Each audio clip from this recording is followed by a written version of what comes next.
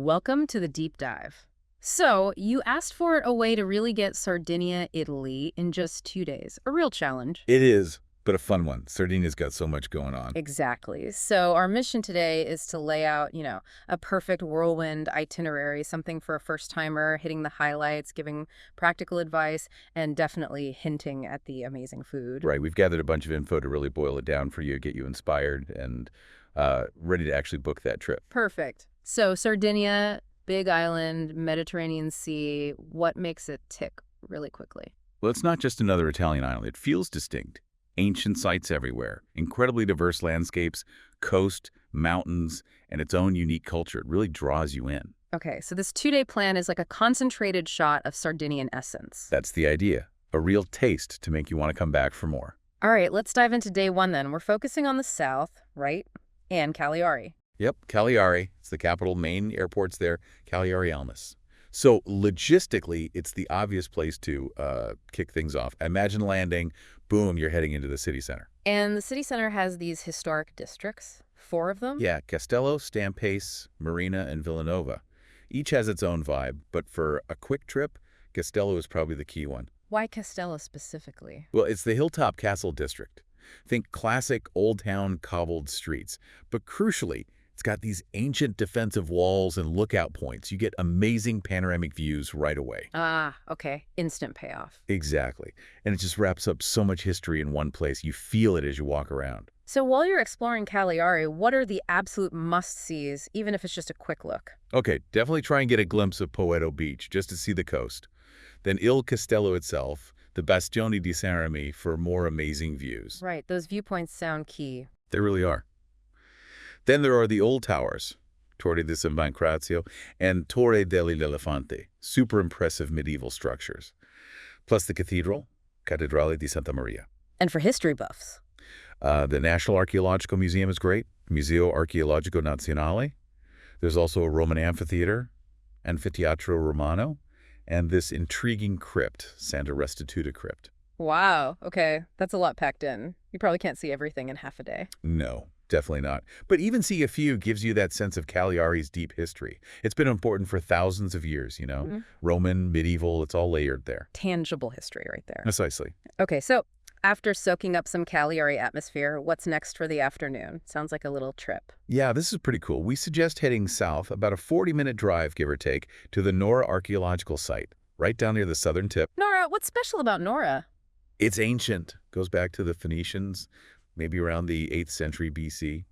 So one of Sardinia's oldest towns. Wow, Phoenician, okay. Yeah, then Carthaginian, Roman, Byzantine. It saw it all. Walking through the ruins is like stepping through layers of Mediterranean history. Is it easy to understand what you're looking at? Well, there's apparently an app, the NOR app, that can give you a guided tour on your phone as you walk around the Roman bits. Pretty handy. Oh, nice. So what are the Roman highlights there? Definitely look for the Roman Theater. It's right by the sea, amazing setting.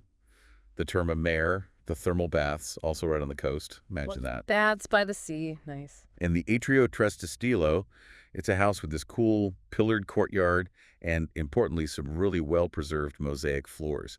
Gives you a real peek into Roman life. Mosaics, fantastic. And all this overlooking the sea. Yep, the Tyrrhenian Sea. The location was obviously super strategic, and you still get that sense wandering around, seeing bits of everyday life from so long ago. It makes it feel real. Okay, that sounds brilliant. Now, late afternoon, shifting gears, more coastal beauty. Absolutely. Time for some proper stunning coastline. We recommend driving east from Cagliari about an hour to Capo Carbonara. Capo Carbonara, what's the draw there? It's a protected marine area, just gorgeous nature. The star is Spiaggia di Porto Giunco. We're talking postcard perfect. Brilliant white sand, ridiculously turquoise water. That classic Mediterranean dream. Sounds incredible. Is it just for lounging on the beach?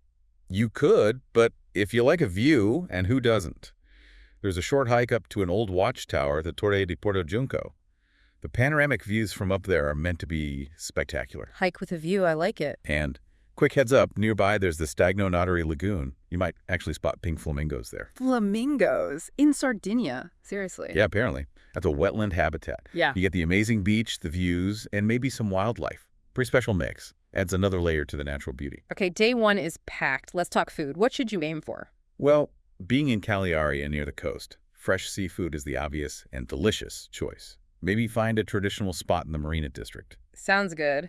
But you mentioned Sardinian cuisine is unique. It really is. Even on day one, start thinking beyond standard Italian. Maybe try and find some culurgiones. They're a type of Sardinian-filled pasta, quite distinct. Culurgiones, got it. So hinting at those unique island flavors. Exactly. Sardinian food has its own story, influenced by its history and isolation. You'll find Italian staples, sure, but the local stuff is where it's really at. Okay, I'm hungry already. Ready for day 2. West Coast adventure. Let's do it. Day 2 means heading west. And a nice little detail, no toll roads in Sardinia. Makes the drive that bit more pleasant. Always a plus. So where are we heading first? The drive itself is part of the experience, seeing the landscape change. First big stop, we suggest, is Bosa. It's maybe a 2-hour drive, roughly, from the Cagliari area. Bosa, what's the vibe there? Oh, it's charming. Super picturesque town on the Timo River, the only navigable river in Sardinia, actually. Think colorful houses climbing up the hillside towards a castle. Castle Malaspina. That's the one. Definitely worth wandering Bosa's little cobbled streets, soaking it in. And yeah, climb up to the castle for the history and again, those amazing sweeping views over the town and river valley. Sounds like a photographer's dream. Totally. It's got a really strong character. And from Bosa, the drive north to Alghero along the coast road, the Lungomare, is supposed to be stunning. Hugs the cliffs, sea views. Gorgeous. Right, Alghero. This is the one with the Spanish connection. Exactly. Big time. It was under Aragon for ages, and incredibly, they still speak a form of Catalan there. You really feel that difference compared to other Italian cities. Wow. So what should you do in Alghero? Explore the historic center, the Centro Storico. It's walled, medieval, really atmospheric. Check out the cathedral and its bell tower. St. Michael Church has this amazing, colorful, tiled dome, and St. Barbara Church. And wasn't there something about coral? Yes, red coral jewelry is a big local craft. You'll see shops everywhere. There's even a coral museum if you want to learn more. It's tied into the Catalan history too, apparently. Interesting. Okay. After history, maybe some relaxation. Good idea. Take a walk along the Lungomare, the seaside promenade, down to Lido San Giovanni Beach. Perfect spot for a quick swim. Nice. And then more ancient history. I feel a theme here. Sardinia is ancient history. But yeah, just a short drive, maybe 20 minutes north of Alghero, is Nuraghe Palmavera. These are those unique Sardinian stone towers, right? Exactly. Palmavera is a really well-kept example from the Bronze Age, like Yeah. 1500 BCE. Yeah. You can see the main tower, a central courtyard, outlines of huts. Gives you real insight into this unique Nuragic civilization found only here. They're iconic. Incredible. And there was another optional ancient site nearby. Yeah, for the real history enthusiasts, near Alghero Airport is the Necropoli di Angelo Rugiu. It's even older, like over 5,000 years. An ancient burial ground with these rock-cut tombs called Domus de Llanas. Domus de Llanas. What does that mean? Ferry houses. Kind of evocative, isn't it? They're tombs carved right into the rock. A glimpse into really deep prehistory. Powerful stuff, even if they look simple. Okay, wow. Ferry houses. So, rounding off day 2, back to the coast. Definitely. Time for some dramatic coastal scenery again. Head towards Capocaccia and the Porto Conti Regional Natural Park. The big attraction here is Neptune's Grotto. The famous sea cave. How do you get there? 2 ways. You can take a boat trip from Alghero Harbor, which gives you great views from the water, or, for the more adventurous, there's the Escala del Cabirol, a staircase, like 650 steps, carved down the cliff face. 650 steps. Okay, that's an effort. It is, but the cave itself is meant to be breathtaking. Yeah. Huge chambers, stalactites, stalagmites. And the park around Capocaccia has hiking trails, too, if you want more rugged exploring. And maybe one last beach? Good call. Portofaro Beach is nearby, often called one of the wildest, most beautiful in the area. More natural, reddish sand. Great place to unwind. Perfect. And the ideal end to the day. Find a spot along Alghero's old city walls, the Bastioni, and watch the sunset over the Mediterranean. Seriously, the view of the old town against the sunset sky, supposed to be unforgettable. Wow, that sounds like the perfect closer. A really nice moment to just soak it all in after a busy couple of days. Pure Mediterranean magic. Okay, day 2 food. Alghero Catalan influence. What's the recommendation? Got to try some seafood paella, right? Yeah. Makes sense with the history. It's a tasty reminder of that Spanish connection. Paella in Italy. I love it. And wine. Definitely Vermentino. It's the Sardinian white wine, especially famous from the Gallura region up in the northwest near Alghero. Crisp, aromatic, perfect with seafood. Fermentino, noted. Great pairing. It really captures the taste of that part of the island, a proud local product. So that's the 2-day whirlwind. Southwest, history, coast, food. It packs a punch. It really does. It's a snapshot, obviously, but a really rich one. Before we wrap up, any final tips or bits of inspiration for someone planning this? You mentioned the coastline is huge. Yeah, massive, about 1,850 kilometers, so beaches are everywhere, and that blue water Sardinia is famous for. It's real. And the history, those Nuraga sites. Over 7,000 prehistoric sites, you said? Incredible, isn't it?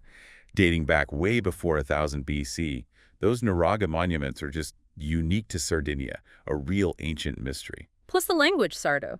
Different from Italian. Yeah, you might hear it, especially if you ventured inland. Adds to the unique feel. And traditions.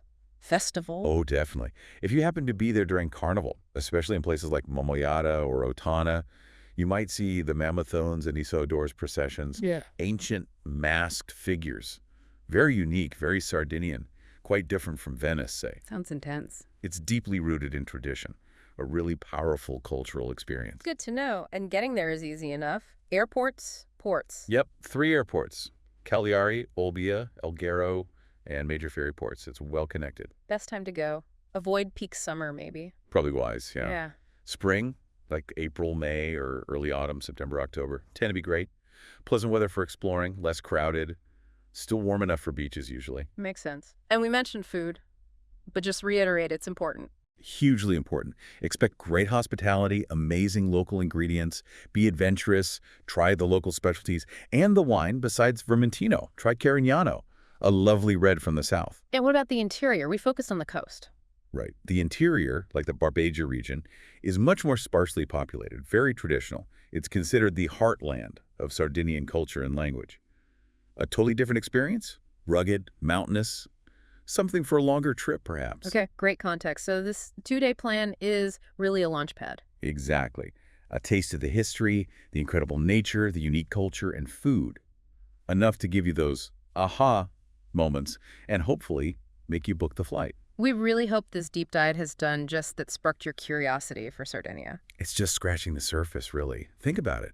With all those ancient mysteries and landscapes this stunning, what else is waiting for you to discover on a longer trip? That's the perfect thought to leave everyone with. Go explore, delve deeper into the culture, the food, the history. Sardinia has so much more to offer. Thanks for joining us on the deep dive.